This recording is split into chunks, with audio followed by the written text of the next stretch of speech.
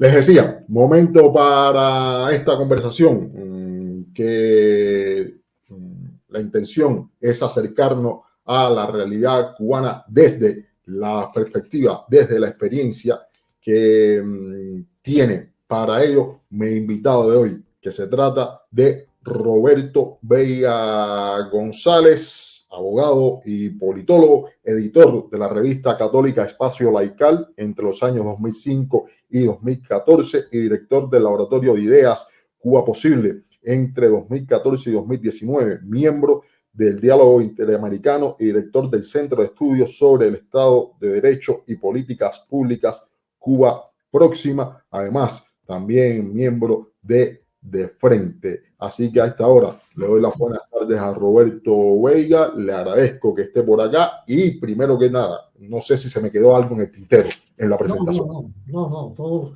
sobra, con menos basta. Muchas gracias y buenas tardes, un gusto estar acá, ¿no? Gracias. Conversando contigo y con todos los presentes.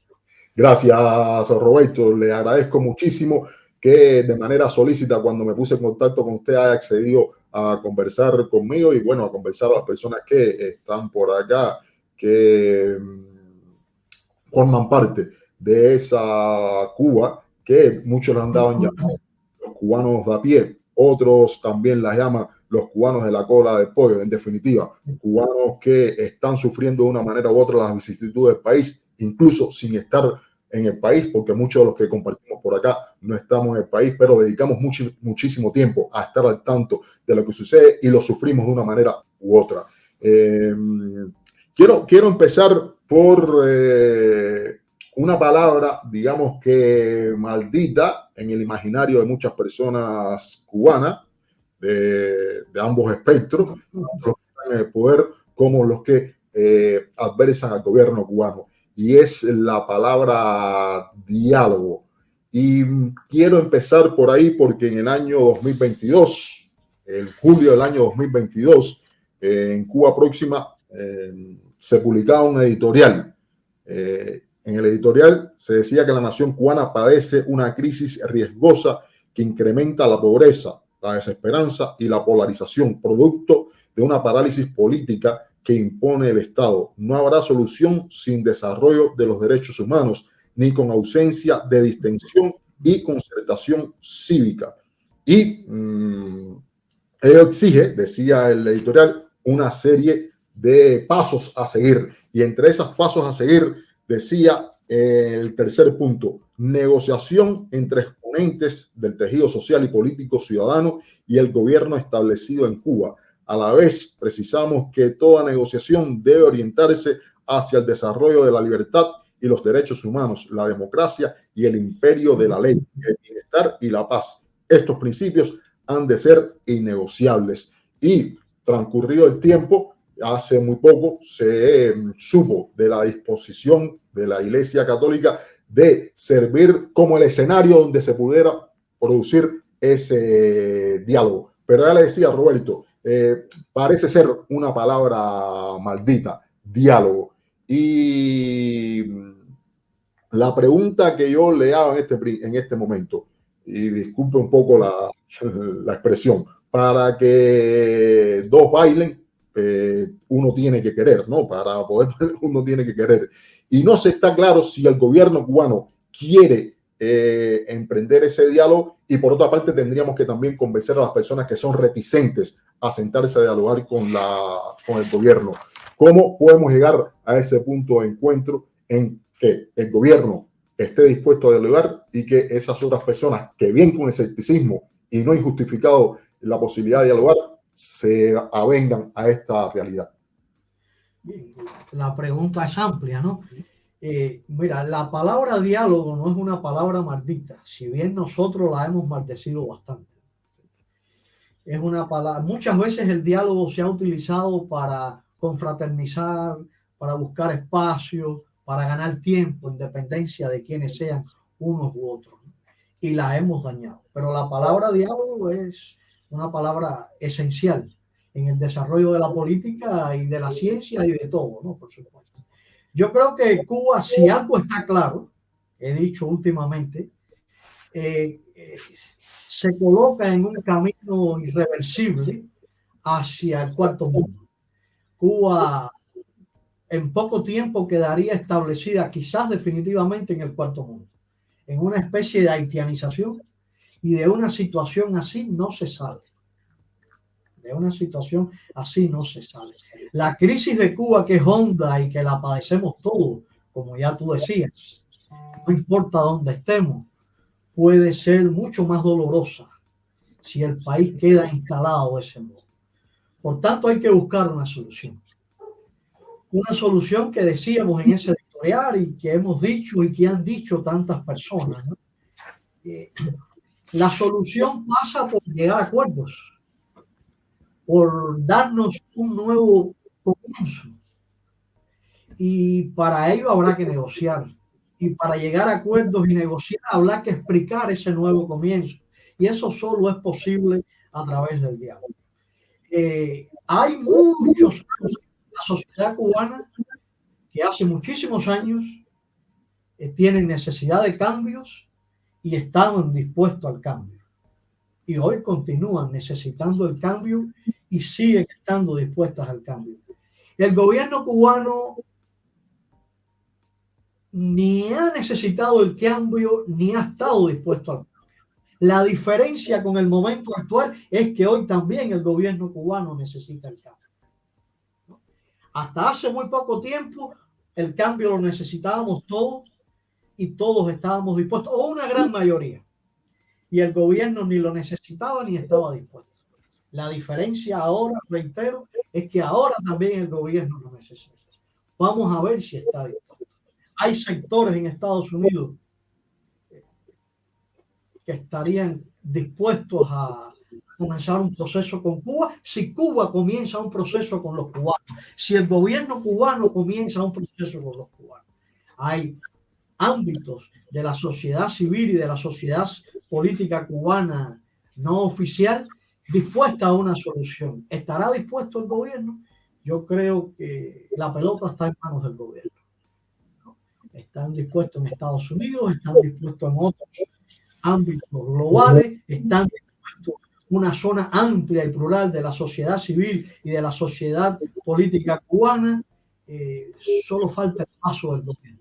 La Iglesia, yo creo que haya tenido que sopesar y que haber medido si podía decirlo o no, si aquello tenía sentido, si no era solo una idea que tenga que ver con el deber ser, sino también con la posibilidad de que sea, aunque mínimamente, creo que lo debe haber sopesado, y dio el paso de decir que llamaba a un diálogo con unas características que son las únicas con las que es posible el diálogo, ¿no? Poner el bienestar de todo y del país y de nuestra historia y del futuro, de nuestros hijos, de nuestros nietos, por encima de todas las diferencias, ¿no? Y hablarnos en un lenguaje en el que todos podamos responder de forma positiva, aunque confrontemos, aunque haya tensión política, aunque las diferencias sean grandes, ¿no? O sea, establecer un puente, creo que la Iglesia está capacitada para hacerlo, y que hay muchos actores de la sociedad cubana capacitados, dispuestos, aptos, ¿no? Para formular y construir una solución. No estoy seguro de los pasos que vaya a dar el gobierno, pero sí estoy seguro que también el gobierno lo necesita. Esperemos que se disponga. Usted hace referencia a que hay sectores dentro de los Estados Unidos que están dispuestos a acompañar este diálogo y me imagino que incluso hasta ser parte de este diálogo. Cuando usted se refiere a estos sectores, está hablando de cubanos que tienen una larga data en las relaciones de alguna manera con el gobierno de la isla, o está hablando propiamente del gobierno de los Estados Unidos. Cuando yo hablo de la sociedad cubana, implico a los cubanos que estamos en todas partes, ¿no? Son cubanos, la sociedad cubana es transnacional, somos todos. En Estados Unidos hay políticos, ¿no? de ambos partidos que no les interesa Cuba, porque no forma parte de sus herramientas políticas internas. Cuba no les interesa ya ni como aliada ni como enemiga, y el peso que tiene Cuba en la política interna, que les condiciona muchas veces dinámicas propias de ellos, ya les toma. Y estarían dispuestos a una solución, siempre que sea cierta, siempre que sea de verdad, ¿no? siempre que parta de una apertura del gobierno cubano a la sociedad, de los cambios que hay que realizar en Cuba, estarían dispuestos porque comprenden que se quitarían ese problema de encima y porque comprenden también que cualquier cambio en Cuba no tendría éxito si muy pronto no se implican los Estados Unidos. Hay una política de embargo que no es solo contra el gobierno, contra toda la realidad cubana. Supongamos que hayan actores demócratas que quieren cambiar las cosas en Cuba. No podrían. Supongamos que queremos expandir, que alguien quiere expandir el Internet. Las empresas con las que hay que contratar son norteamericanas, ¿no? Supongamos que hay un empresariado realmente privado, pues tienen que interactuar con las instituciones financieras internacionales y no podría con las leyes del embargo. O sea, Estados Unidos tendría que entrar en la ecuación muy pronto o se frustra cualquier cambio que comience a ocurrir en Cuba, si es que ocurriera, ¿no? Sin embargo, usted planteaba, y un poco haciendo referencia a lo que fue la estrategia Obama, de que hoy la propia metodología que utilizó Obama entonces no sería factible en este momento aplicar la propia metodología. Y apuntaba a 4 elementos que deberían cambiar en la realidad cubana para que fuera factible este acercamiento con los Estados Unidos. Y me llamaba sobre todo la atención, los 4 puntos son trascendentes: la liberación de los presos políticos, usted lo planteaba, la institucionalización del sector privado, también tendría que abrirse ampliamente el país en lo referente a los derechos humanos, pero planteaba un 4º punto al que quiero referirme, que es una proyección internacional más sólida, mejor formulada. Y me detengo en esto porque si vemos lo que aconteció la última semana, ya no el viaje de Díaz-Canel hacia Rusia, sino las palabras alabanza para con Putin y su apoyo implícito a lo que está sucediendo, a la invasión rusa a Ucrania, pues ese punto flaquea y realmente pone en una condición muy delicada al gobierno cubano en la posibilidad de establecer una negociación con los Estados Unidos. No sé qué consideración le merece a usted. Sí, yo, por supuesto que la política internacional del gobierno cubano condiciona las relaciones con Estados Unidos. Creo que las declaraciones de quien ocupa la presidencia de la República fueron fatales, que son erróneas, pero no solo erróneas, sino culposas también, ¿no? No solo erróneas, producto de la debilidad y de la incapacidad política. Creo que provienen de ahí. Y que esos no son lujos que se puedan dar a alguien que pretenda ser líder de una nación. No son lujos que se pueda dar a alguien que esté al frente de un Estado y de un gobierno. Que, reitero, creo que es el resultado de la debilidad política y de la incapacidad política de alguien que ocupa un cargo para el cual no está cualificado. Yo creo que si el gobierno cubano o el poder en Cuba no sabría decirte dónde está el Estado, el gobierno, el poder real, donde quiera que esté el poder real, si acepta un proceso de solución en Cuba, que implica un proceso de cambio, un proceso de relación pragmática con Estados Unidos, tendría que replantearse la gobierno y el liderazgo del Estado. Tendría que plantearse. Me detengo ahí un momento porque usted ha hecho referencia a Díaz-Canel y la pregunta en concreto es, teniendo como antecedente las nefastas palabras del 11 de julio del 2021, la orden está dada, teniendo presente este apoyo injustificado, inconsulto diría yo también, al presidente Putin en su afán de apoderarse de Ucrania, ¿sería un interlocutor válido realmente para los Estados Unidos, Díaz-Canel en particular? Ya no estoy hablando ni tan siquiera del Partido Comunista de Cuba de manera general como institución, sino el personaje propiamente, ¿sería realmente un interlocutor válido para los Estados Unidos? Podría serlo también, no, nada es absoluto, todo depende cómo gestione determinadas políticas. Esto es contrario a su capacidad como interlocutor con Estados Unidos. Y lo del 11 de julio es contrario también a su capacidad como interlocutor con Estados Unidos y como interlocutor con la sociedad cubana, que es mucho más importante. La legitimidad que él tenga o no tenga en la sociedad cubana es lo que le dará la capacidad como interlocutor con un país como Estados Unidos, con los conflictos históricos que han habido, o no se la dé. Yo creo que ahí, en la legitimidad interna, se juega la capacidad de ser interlocutor con Estados Unidos. Estados Unidos tiene como interlocutor a alguien que pueda garantizar que las cosas que se compromete que vayan a ocurrir, ocurran. Si careces de esa capacidad, no dialogas con ellos.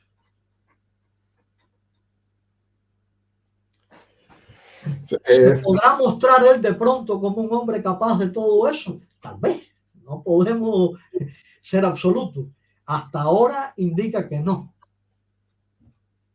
No, y sobre todo teniendo en cuenta de que se ha unido a Rusia sin tener en cuenta que la historia demuestra que Rusia, cuando ha tenido que sacrificar al aliado pequeño del Caribe, lo ha sacrificado sin que le tiemble las manos y apelando únicamente al pragmatismo de un país imperialista, como lo es Rusia hoy, como lo era la Unión Soviética, está empezando durante la crisis de octubre, con lo cual se hace más incomprensible tirarse a los brazos de Rusia sin que además haya ningún tipo de dividendo, pensando propiamente económico y pensando en el bienestar del pueblo cubano con esta acción. Muy cuestionable el hecho en cuestión. Avanzando un poco en la conversación, quería detenerme un poco en esto que es las relaciones con Cuba, porque en algún momento, si bien es cierto, todo el mundo apuntaba y todavía hoy hay personas que sueñan con ese momento idílico de la relación con Obama y apuntan a la administración Trump como la responsable de que todo se viniera abajo. Usted apuntaba que fue en la tarde del 22 de marzo, tras el discurso de Obama, que Cuba decidió darle un portazo a aquella realidad. ¿Por qué usted llega a esa conclusión un poco a pelo de lo que está instalado en el imaginario de los cubanos? No, a ver, nosotros estábamos en aquel momento, estuvimos en Espacio Laical, donde hicimos una labor de 10 años, ya visitando a Estados Unidos casi todos los años, tratando de buscar la distensión entre los dos países, lo cual nos trajo mucho inconveniente con todas las partes. Y después estuvimos en Cuba Posible, que estuvo muy implicado con aquel proceso que yo defendí y que sigo defendiendo, ¿no? Si bien no terminó bien, no pudo continuar bien. El gobierno cubano le temió a lo que más le critican a Obama los sectores cubanos de Florida. Los sectores cubanos de Florida le cuestionan que él prácticamente no condicionó las relaciones a que me tienes que dar esto para que yo te dé aquello, ¿no? Ir creando una escala de concesiones mutuas, y eso fue a lo que el gobierno cubano más le temió, porque hubiera preferido tener esa escala de concesiones mutuas para cumplir o no cumplir y así acelerar o detener el acceso de Estados Unidos en las dinámicas cubanas en la medida que ellos consideraran. Obama no les iba a pedir prácticamente nada y iba a llegar con todo. Eso era inadmisible, ¿no? La fórmula de Raúl Castro, que era comprensible que él la quisiera así, de sin prisa pero sin pausa, se desarmaba y había que tomar una decisión. Yo no sé si la decisión fue explotar el proceso o hacerlo más lento. Lo que sí estoy convencido que la decisión se tomó y que tuvo las implicaciones de desbaratar el proceso. Si la idea era solo hacerlo más lento y poder crear un escenario de condiciones que no les explotara la fórmula de sin prisa pero sin pausa, pues le salió mal y explotaron el proceso. Yo te voy a poner un ejemplo. Cuba Posible fue de las cosas toleradas. No fuimos los únicos, pero fueron de las cosas toleradas con el proceso de negociación entre los dos países. Hubo un acuerdo de que un grupo de proyectos se iban a tolerar, no a permitir. Y Cuba Posible fue uno de ellos. Y llegamos hasta alquilar un lugarcito para tener una oficina. Y tuvimos que irnos de ahí la misma tarde que Obama dio el discurso en el Teatro de La Habana. De ahí la sentencia de usted, si usted me permite, que usted dice textualmente: el restablecimiento de las relaciones entre Cuba y Estados Unidos fue anunciado públicamente por los mandatarios de ambos países el 17 de diciembre de 2014, y en la tarde del 22 de marzo de 2016, al concluir Barack Obama su discurso en La Habana, el gobierno cubano inició abiertamente la inhabilitación de este proceso. O sea, además hubo declaraciones de lo que le llaman la sociedad civil oficial, ¿no? A partir de esa tarde muy fuertes contra Obama. Empiezan a tomar medidas para limitar el cuentapropismo, porque estaba dando un mensaje político que no favorecía al gobierno, o sea, que el cuentapropismo podía ser más eficiente que la empresa estatal. Hay ahí una contrarreforma de la reforma que ellos habían planteado. Yo no sé, te reitero, si la intención era liquidar la reforma o colocarse en una posición de gestionarla y no perder el control. Pero resultó en liquidar la reforma. Después llega Trump y bueno, pues ya no, también estuvo dispuesto a continuar la política de Obama. También estuvo dispuesto a continuarla. Estuvo dispuesto. Sí, sí. Pero tenía que ganar por alguna parte. El gobierno cubano le tenía que dejar ganar o tenía que ganar por Miami.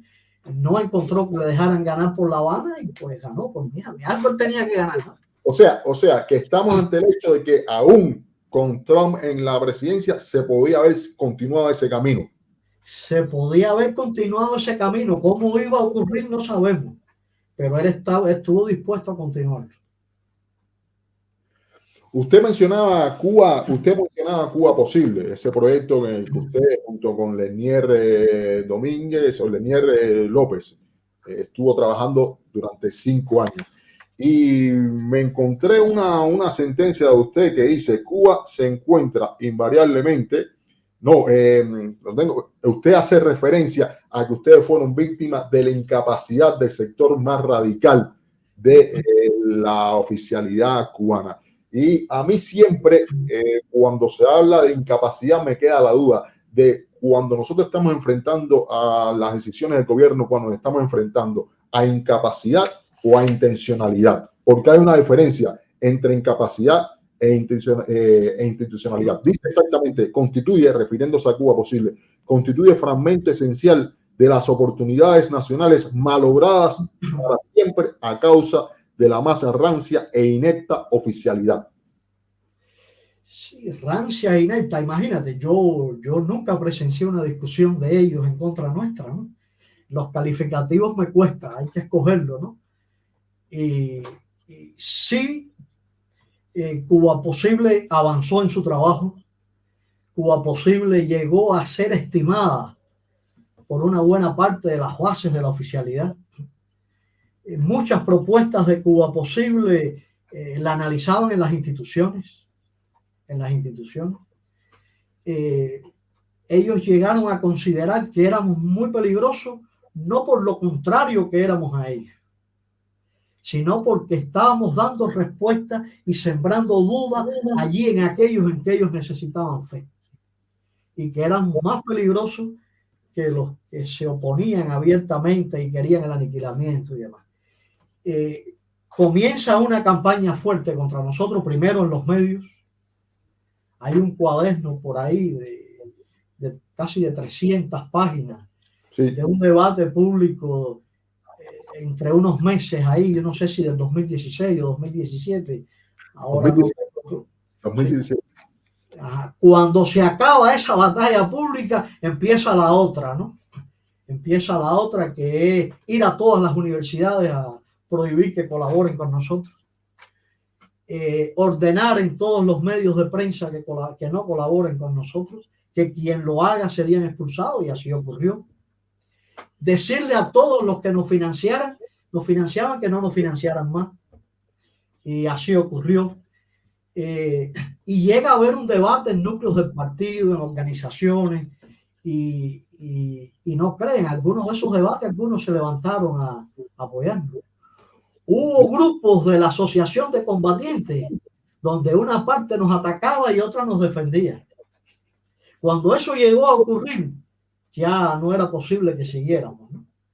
Entonces nos quebrantaron totalmente, ¿no? Déjeme hacer una pregunta, Roberto, porque usted ha mencionado otra de las palabras, otro de los conceptos malditos cuando se habla de la realidad cubana, que es financiación. Esta financiación a la que usted se refiere era financiación que venía de adentro, que venía de instituciones propias del país, o financiación. No, nosotros nos impusimos una regla que en definitiva fue, la vida nos dijo que era banal después, que era que nosotros recibíamos financiamiento solo de aquellos que financiaran al CNC del extranjero. Si podían financiar al CNC, eran actores internacionales legítimos. Podían financiarnos nosotros, pero no. Resultaban legítimos para el CNC, pero ilegítimos para nosotros. O sea que aquello fue una ingenuidad. Debimos haber recibido financiamiento de cualquiera, ¿no? Que hubiera ocurrido lo mismo, ¿no? Sí, sí. Sí. De esa época, porque he estado revisando este dossier al que usted hace referencia, he estado revisando todo el debate que se produjo, se dijo muchísimas cosas, pero me llama la atención de que en este mapa que ustedes hacen, la primera referencia, el primer ataque lo reciben desde Miami, desde una persona que no voy a hacer referencia a él porque ya ha fallecido, pero me llama la atención de que haya sido aquí. Pero a lo que quería decir, esa situación que se vivió con ustedes en el año 2017 es muy parecida, tiene cierta analogía con lo que está sucediendo hoy con el toque, básicamente, porque los ataques no venían de la oficialidad, sino que venían de sus terminales mediáticas. En aquel momento, la pupila insomne, demás. Y ustedes al final deciden reclamar públicamente a la Fiscalía General de la República que inicie un proceso de instrucción para todos los cargos que se nos imputan, en el que participamos como acusados, y se haga participar a los que alientan la campaña contra nosotros como acusadores. En este momento nos encontramos en nuestros domicilios esperando la debida intervención de la autoridad judicial correspondiente. Si todo aquello era cierto, si ustedes colaboraban con el imperio, con agentes extranjeros, ante esta decisión heroica, permítame la expresión de ustedes, ¿cuál fue la reacción del gobierno cubano? ¿Alguna vez se personó a la fiscalía? ¿Alguna vez fueron objeto ustedes de alguna acusación formal? No. ¿Qué fecha tiene? Esto lo estoy leyendo acá, es el 12 de julio del año 2017, que dice, es una pregunta retórica, se hacen usted y se hace Lenier González. ¿Tenemos derecho a trabajar por Cuba? Se preguntaba. No hubo ninguna reacción. La reacción, lo que yo ahora no puedo precisar la fecha. Mientras nos atacaban del ámbito ideológico del partido y nos atacaban esas terminales que dice, siempre habían sectores que decían, bueno, a ellos los atacan los más conservadores, pero ellos quizás siguen siendo tolerados por otros sectores, ¿no? Pero hay un momento en el que sí ya se decreta el aniquilamiento, y es cuando es Díaz-Canel, como vicepresidente primero del Consejo de Estado y de Ministros, que nos ataca, ¿no? Ahí sí ya el ataque es oficial. Esa sí es la respuesta oficial. Si bien no fue judicial, pero ahora yo no sé las fechas. Si es posterior a esta declaración. Con esta declaración, si nosotros realmente trabajamos para la CIA, si realmente estábamos implicados en todo eso que ellos decían, pues júzguennos, y aquí estamos, ¿no? El nivel de acorralamiento social y el nivel de acorralamiento en el barrio y el nivel de acorralamiento en todos los sentidos, pues nos permitió decir, damos el paso, si en definitiva, no, ya todo, no, pues en el barrio hay problemas con nosotros, todo era problema. Ya no podíamos relacionarnos con casi nadie. pues bien, ven y júzgame ya, si de todas maneras me estás condenando, ¿no? No solo públicamente. Tengo por acá una información que nos hace llegar algunas de las personas que están con nosotros, que es una información relevante. En una última hora tendría que yo después precisarla.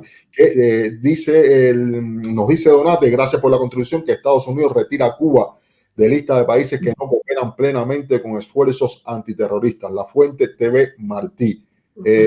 No sé. Una reacción de usted ante esta información. No, si lo retiran, yo no sé si es cierto. Acaba de haber unas declaraciones de hace muy pocos días de que no se estaba estudiando retirar a Cuba, ¿no? Sí, sí. Sí, no sé. La aceptación, si retiran a Cuba, yo lo veo bien. En definitiva, es un gran obstáculo para muchos cubanos aquí mismo en España, que los conozco. Antes podían viajar a Estados Unidos, ciudadanos cubanos, ciudadanos españoles, y ahora no pueden, necesitan una visa, etcétera. Yo creo que nos restringe más a nosotros. Incluso cuentas bancarias de cubanos que viven en el extranjero, se ha vuelto eso un problema, excepto para los cubanos que están en Estados Unidos, ¿no? Que sí están amparados, Sí, del rigor de esa ley. Tengo por acá la información, si usted me lo permite. Sí, verifícala. De la conversación que tenemos, y tengo por acá la información. La fuente es efectivamente Radio Martí, TV Martí, dice que Estados Unidos retira a Cuba de lista de países que no cooperan plenamente con esfuerzos antiterroristas. El Departamento de Estado de Estados Unidos retiró a Cuba de la lista de países que no cooperan plenamente con los esfuerzos antiterroristas de Estados Unidos.